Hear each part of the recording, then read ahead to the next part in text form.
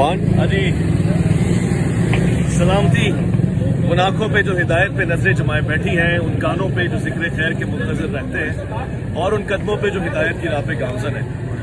کوئی بھی کسی کے لیے وقت نہیں نکالتا، کوئی بھی سفر نہیں کرتا، مگر اگر مقصود دین کی حیات ہو، اولیاء اللہ کی عظمت ہو اور ظاہر اتحاد و اتفاق کی بات ہو، اسی لیے ہم یہاں پر آگے بیٹھے کھڑے ہوئے۔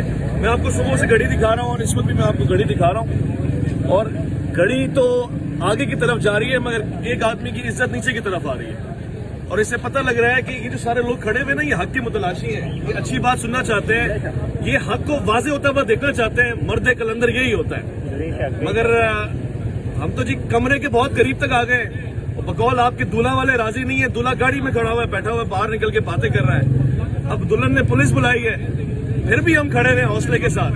اب آپ کہتے ہیں جی باراتی وہ بھی کھڑے ہوئے ہیں، اس سے زیادہ اور کیا چاہیے آپ کو؟ دیکھیے، یہ ٹائم دکھانے کا مقصد یہ ہے کہ آپ کا برا وقت آ رہا ہے، ٹائم ہمارا خواری میں نہیں لگ رہا، ہم تو دنیا کو دکھا رہے ہیں کہ جی کتنے تعامل کے ساتھ، خاموشی کے ساتھ، امن کے ساتھ آگے کھڑے ہوئے، محبت کی بات کر رہے ہیں کہ آپ ٹیبل ٹاک کریں، بیٹھے ثابت کریں جو آپ کہنا چاہ رہے ہیں، نہیں تو کسی کے عقائد پہ گفتگو نہ کریں، کسی کے مسلک کو نہ للکاریں، کسی کو مشرک، کافر اور یہ سب نہ کہیں، یہ تکفیریں بند کریں۔ آپ کسی کے بزرگوں کو آپ کافر کرا کر کے آپ کہتے ہیں جی میرا حسن گمان ہے، حسن ظن ہے، یہ نہیں ہوگا۔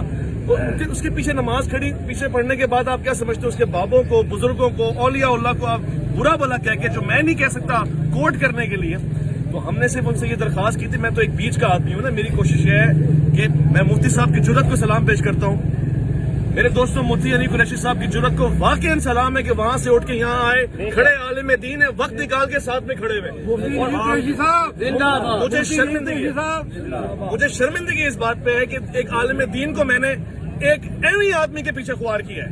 یعنی ہم تو عالم سمجھ رہے ہیں، ہم عالم سمجھ کے آپ کے پاس آ رہے ہیں، مگر جو آپ کا سلوک ہے وہ عالم والا نہیں ہے، جو کردار ہے وہ عالم والا نہیں ہے، جو گفتگو ہے وہ عالم والی نہیں ہے۔ اس کا مطلب یہ ہے کہ پھر تو آپ چھوکرے ہی ہوئے نا، وہ جس سے آپ چڑھتے ہیں۔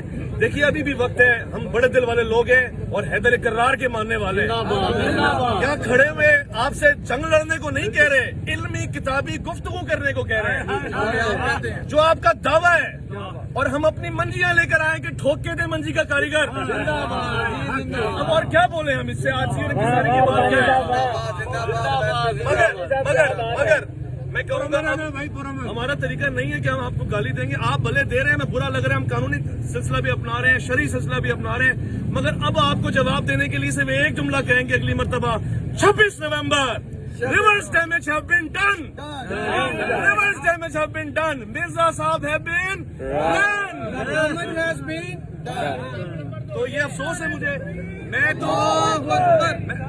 چار بس یہ آپ لوگ پرامن رہیں گے، کوئی جھگڑا نہیں، کوئی اختلاف نہیں، دنیا کے سامنے آنا ضروری تھا، وہ آ گیا، بس میرا کام ختم۔